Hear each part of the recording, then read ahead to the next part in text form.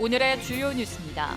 낭산 폐석산 처리 방안이 143만 톤 전량에서 20만 톤으로 축소된 것은 매립지 내부 적토층이 오염 확산을 막는 차단막 역할을 하고 있기 때문으로 분석됐습니다. 전문기관이 분석한 결과 폐석산 상부 매립층에서 검출된 오염물질이 적토층에 막혀 그 아래에 있는 하부 매립층으로 확산되지 않은 것으로 확인됐습니다. 이에 대해 지역 시민사회단체는 용역 결과 공개를 요구하고 있습니다. 지난 8월 말 스스로 목숨을 끊은 군산의 한 초등학교 교사의 유족이 고인의 순직 처리를 신청했습니다. 유족 측 법률 대리인은 감당할 수 있는 업무 강도를 넘어 극단적인 선택을 했다며 군산교육청에 순직 유족 급여 청구서를 접수했습니다. 여러분 안녕하십니까? 10월 4일 수요일 종합뉴스입니다.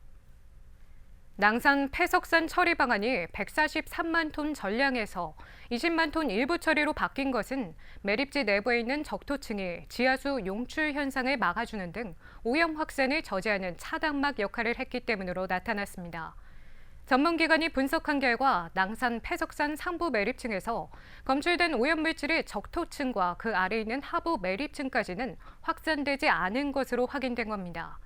이와 관련해 지역 시민 사회단체는 용역 결과 공개를 요구하고 있습니다. 최정호 기자입니다. 낭산 폐석산에 있는 시료 채취구멍, 환경부 지정 전북 녹색환경지원센터가 275개의 시료를 채취한 후 토양과 폐기물, 침출수에 걸쳐 오염물질을 분석했습니다. 그 결과 비소와 카드뮴, 아연 등 오염물질이 검출된 면적은 2만 452제곱미터, 낭산 폐석산 복구 면적이 3만 제곱미터인 것을 감안하면 70%가량에서 오염물질이 확인된 겁니다. 하지만 오염 면적에 비해 오염량은 달랐습니다. 낭산 폐석산 내부에 형성된 적토층이 오염물질 확산을 막는 차단막 역할을 했던 것으로 나타났습니다. 적토층부터 그 아래에 있는 하부 매립층에서는 상부 매립층에서 검출된 각종 오염물질이 대부분 나오지 않았습니다. 하부 매립층에 있는 폐기물은 기준치를 초과한 오염물질이 없었고 일부 토양에서만 구리와 아연 성분이 우려 기준 이상이 검출됐습니다. 이에 따라 이적 처리가 시급한 오염 토양과 오염 폐기물은 적토층 위쪽인 상부 매립층에 물려있다는 것입니다. 이에 따라 상부 매립층 20만 6천 톤 이적 처리가 효율적이라는 용역 결과가 나왔습니다. 아울러 적토층 아래에 있는 하부 매립층은 지금의 상태라면 고형 안정화가 가능한 것으로 분석됐습니다. 이에 환경부와 낭산 주민들은 이 같은 조사 결과를 받아들여 내년 6월까지 상부 매립층 이적 처리에 합의했습니다. 다만 침출수는 지속적인 관리가 필요하다는 제안이 나왔습니다. 현재 남아있는 상부층 침출수는 4만 7천 세제곱미터, 오염물질 농도가 감소하는 경향을 보였지만 비가 내리는 등 환경 변화 요인을 고려한 우수 유입 방지 시설 설치와 배수로 구축 등이 요구됐습니다. 또 현장에서 침출수 처리장을 계속 운영하는 등 특화된 정화 설계가 필요하다는 의견을 냈습니다. 이에 복구협의체는 이달 말까지 상부 매립층 처리 방안과 침출수 처리공법 등이 담긴 구체적인 이행계획을 수립해 주민들에게 공개할 방침입니다. 앞서 낭산 주민들과는 이적 처리 완료 이후 5년간에 걸쳐 주민대체위가 선정한 분석기관을 통해 오염도 검증과 사후관리 모니터링 실시, 낭산 폐석산 주변 500m 이내 지하수 검사 등을 약속한 상태입니다. 우리가 침출수가 지금 무섭죠. 저희 주민들을 위해서는 그걸 마지막까지 침출수에 대해서는 그 책임을 지기로 했거든요.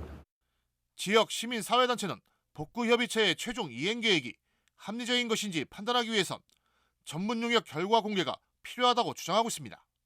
용역조사 보고서를 내용을 보면 실제적으로 적도층 하부층 같은 경우가 반절 이상, 구리 같은 경우 반절 이상 농도가 줄어들었다 이런 결론을 내놓은 것 같습니다.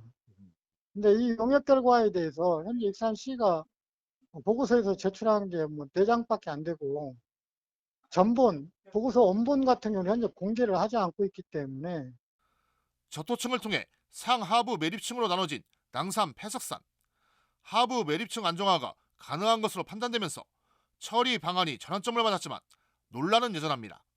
KCN 최정호입니다. 새만금 2차 전지 특화단지가 지역 경제에 도움이 클 것이라는 전망이 나왔습니다.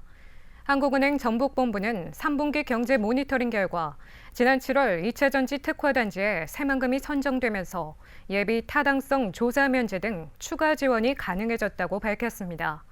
이에 따라 생산과 고용, 수출에서 30에서 40% 이상 성장할 것이라는 전망을 내놨습니다. 한국은행은 이 기회를 활용하기 위한 인구 유입을 강조하며 주력 산업과 연계 방안도 필요하다고 설명했습니다. 군산공항 제주 노선이 이달부터 확대 운영에 들어갔습니다. 이스타항공은 지난 1일부터 군산공항과 제주공항에서 오전과 오후 각각 2차례씩 하루 4번을 걸쳐 여객기를 운항하고 있습니다. 이스타항공은 지난 2020년 코로나19 사태와 경영난으로 군산 제주 노선 운항을 중단한 지 3년 만에 재개하게 됐습니다. 이에 따라 군산공항은 지난달 15일부터 운항에 돌입한 진에어를 비롯해 이스타항공 등 하루 4차례, 왕복 8번 운항합니다. 익산시와 정북대가 동물 헬스케어 클러스터 조성을 위해 오늘 업무 협약을 맺었습니다. 앞으로 양기관은 동물 헬스케어 클러스터의 성공적 조성을 위해 상생 협력 체계를 구축하게 됩니다. 또 단계별 맞춤형 전략 기획과 주요 정책 정보 공유, 관련 사업 유치 등에 노력하게 됩니다. 한편 동물 헬스케어 클러스터는 동물용 의약품 평가부터 시험과 시제품 생산 지원, 연구 개발까지 가능하도록 관련 시설과 전문 인력을 집적화하는 겁니다. 군산시가 물가 급등으로 서민 경제에 어려움이 가중되자 안심 물가제를 운영합니다. 이를 위해 군산시는 오늘 군산 슈퍼마켓 협동조합과 소비자교육 중앙회 군산지회, 한국여성소비자연합 군산지부와 협약을 맺었습니다. 안심 물가제란 소매 가격 상한제와 공동세일 기획전 등을 통해 소상공인이나 소비자의 구매 부담을 줄여주는 것을 말합니다. 군산 어민들의 어업 허가 기간이 만료돼 다시 허가를 받아야 합니다. 군산시에 따르면 5년 전에 이뤄진 어업 허가 기간이 올해 말로 종료됨에 따라 오는 12월 27일까지 갱신 신청을 해야 합니다. 신청 대상은 군산시에 등록된 1,741척의 어선 소유주이며 연안어업 852건에 구획어업 52건입니다. 갱신이 이뤄지면 내년 1월 1일부터 5년간 유효합니다. 익산시 인구의 자연 감소 현상이 심화되고 있습니다. 익산시에 따르면 지난달 말 기준 주민등록상 인구는 27만 758명을 기록했습니다. 한 달 전보다 235명이 줄었습니다. 특히 9월 한 달간 사망자는 206명으로 출생자 63명보다 3.2배가 많았습니다. 한편 이 상태라면 익산시 인구는 올해 27만 명 선이 무너질 전망입니다. 도내 고령 인구 비중이 전국 17개 시도 가운데 세 번째로 높은 것으로 나타났습니다. 통계청에 따르면 올해 도내 65살 이상 고령 인구는 41만 3천 명으로 전체 인구의 23.4%입니다. 이는 전남 25.5%, 경북 23.9%에 이어 세 번째로 높습니다. 통계청은 2030년에는 도내 고령 인구가 52만 3천 명으로 전체 인구의 31%에 달할 것으로 예측했습니다.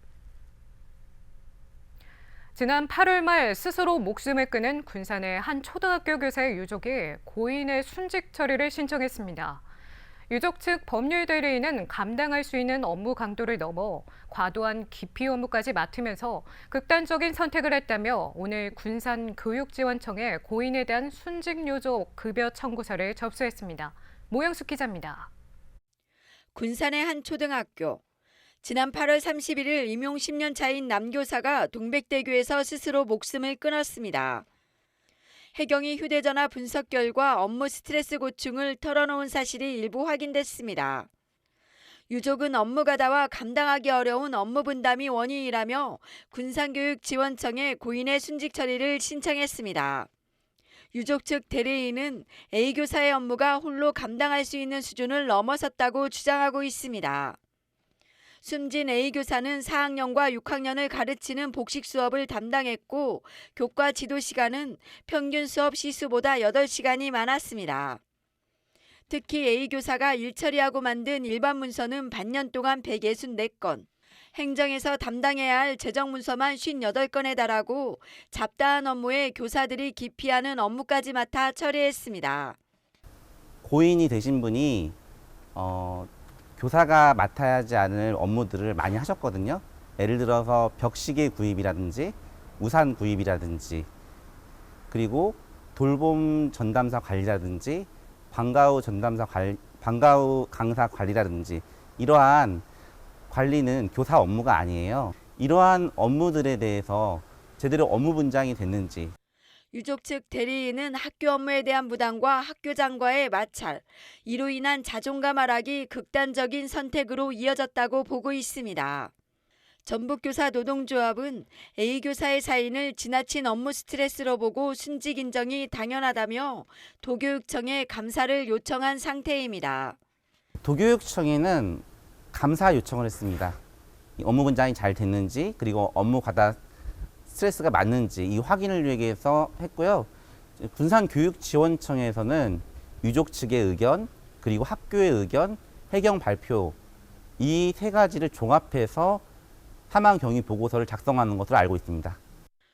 유족들의 순직 인정 청구가 접수되면서 공무원 연금공단과 인사혁신처는 사실관계를 확인하고 순직 처리 여부를 최종 판단할 예정입니다. 유족이 된 자료와 군산교육지원청 쪽에서 작성한 자료가 공무원 연금공단으로 넘어가게 되고요. 공무원 연금공단이 1차 조사를 한 다음에 인사혁신처의 재해보상심의회로 다시 이송하게 됩니다. 그러면 인사혁신처의 재해보상심의회가 관련 법령에 따라서 순직 여부를 결정하게 됩니다. 업무 과다로 힘들어하다가 세상을 떠난 A교사, 도교육청의 감사 결과와 순직 인정 처리 여부가 주목됩니다. KCN 모영숙입니다. 익산과 군산의 교육활동 침해 전담 자문 변호사가 한 명씩 위촉됐습니다. 도교육청은 교육활동 보호를 위해 도내 교육활동 침해 전담 자문 변호인단을 구성하고 위촉장을 수여했습니다. 위촉된 변호사는 군산과 익산 각 1명, 전주 2명 등 모두 10명입니다. 변호인단 시범 운영 기간은 오는 12월까지며 내년부터는 변호인단이 확대될 예정입니다. 박경철 전 익산시장이 신당 창당을 추진합니다.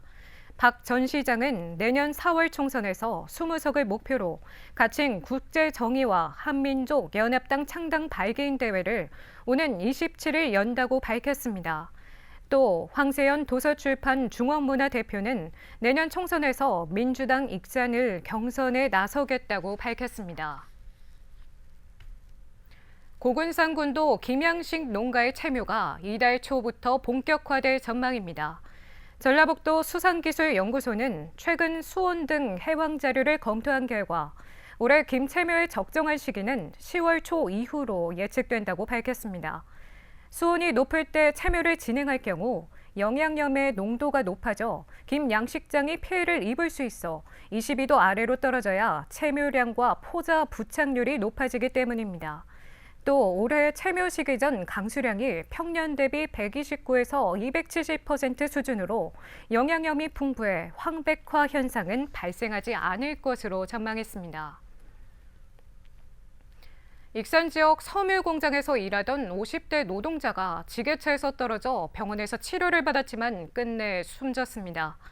고용노동부 익산지청에 따르면 지난달 18일 A씨는 익산시 신흥동의 한 섬유 제조 공장에서 지게차에 올라탄 채 높이 2m가량의 폐기물 적재함에 쓰레기를 버리는 작업을 하다가 떨어져 병원에서 치료를 받았으나 어제 숨졌습니다. 고용노동부 익산지청은 해당 사업장이 노동자 50인 미만 규모여서 중대재해처벌법 적용 대상은 아니라고 밝히고 안전조치 의무 위반 여부 등을 조사하고 있습니다. 올해 도내 화학사고 발생 건수가 지난해 2배를 넘었습니다. 전북지방환경청에 따르면 지난 8월까지 도내에서 7건의 화학사고가 발생했습니다. 이는 지난해 발생 건수인 3건의 2배가 넘는 수치입니다. 올해 화학사고 7건 중 6건은 군산에서 발생했으며 나머지 1건은 고속도로를 달리던 탱크로리에서 발생했습니다. 지방환경청은 도내 유해 화학물질 취급 사업장 306곳을 대상으로 특별 안전교육을 실시할 계획입니다. 올해 추석 연휴 기간 도내 4대 범죄가 지난해보다 소폭 줄어든 것으로 나타났습니다. 전북경찰청에 따르면 지난달 28일부터 지난 2일까지 발생한 절도와 폭력 등 4대 범죄는 52건, 하루 평균 10.4건이 발생했습니다. 이는 지난해 추석 연휴 기간 63건보다 11건 줄었으며 살인과 강도는 발생하지 않았습니다.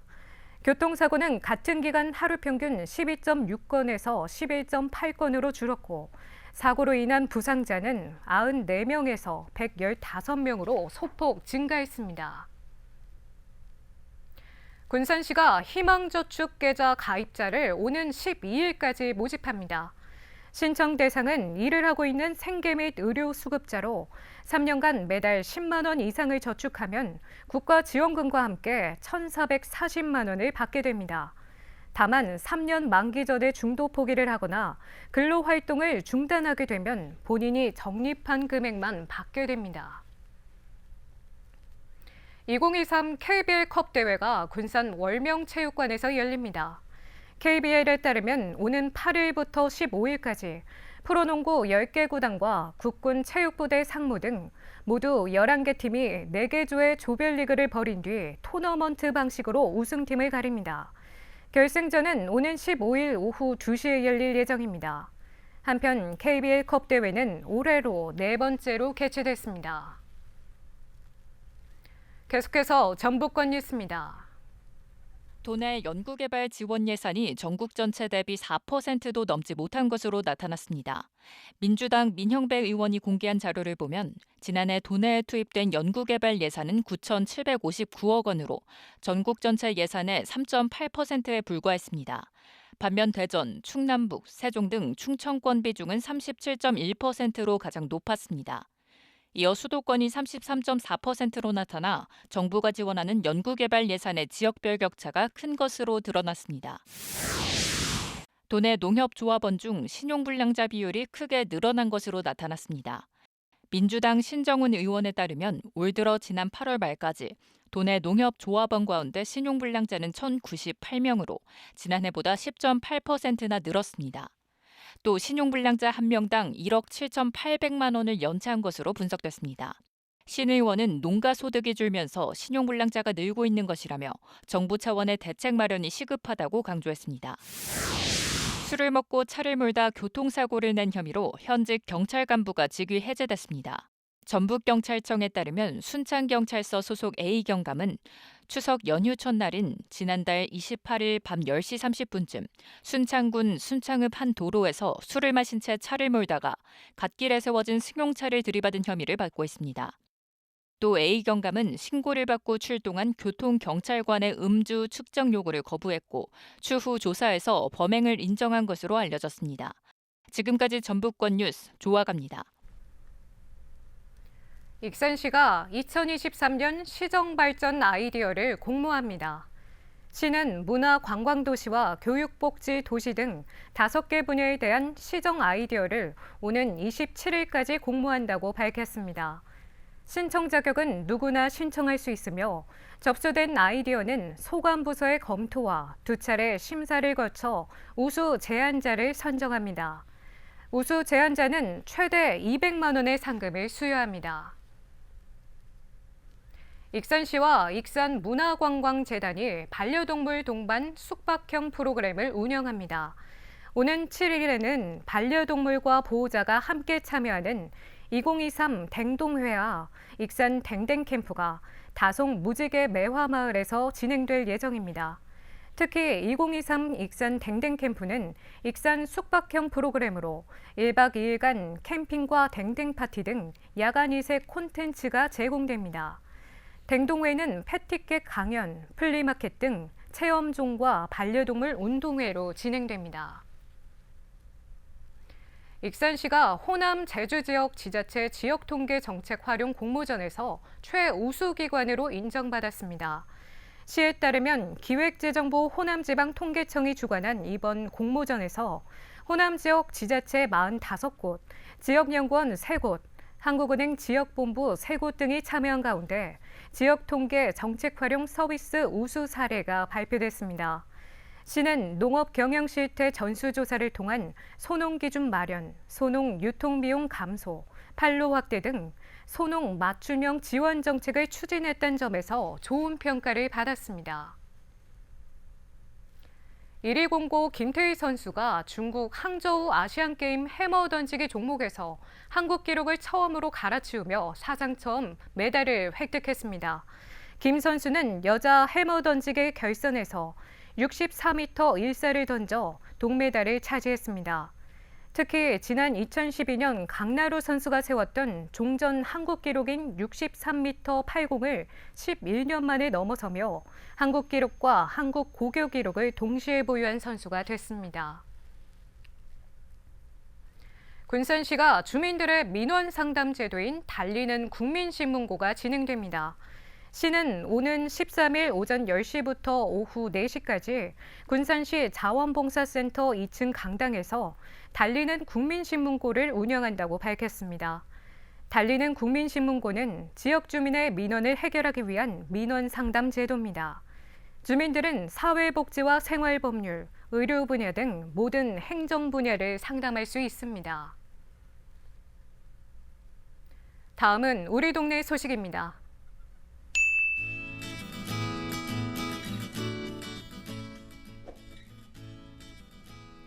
익산시 황등 노인종합복지관에서 10월 한 달간 신바람 황등 실버극장을 운영합니다. 신바람 황등 실버극장은 노인의 날을 기념해 작년에 이어 2회째 개최되는 행사입니다.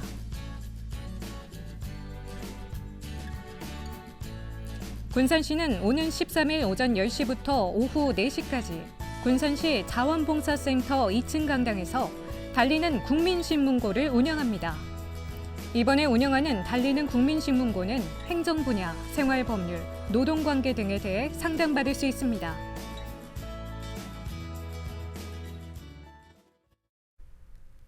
이어서 내일의 날씨입니다.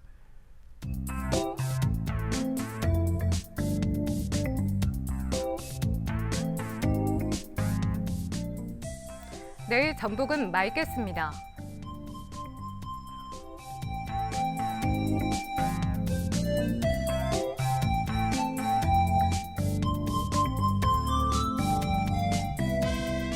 내일 도내 기온은 6도에서 출발해 19도까지 오르겠습니다.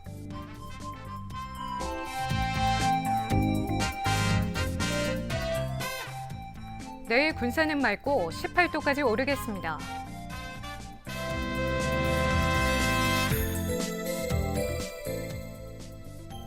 내일 익산도 맑겠으며 19도까지 오르겠습니다.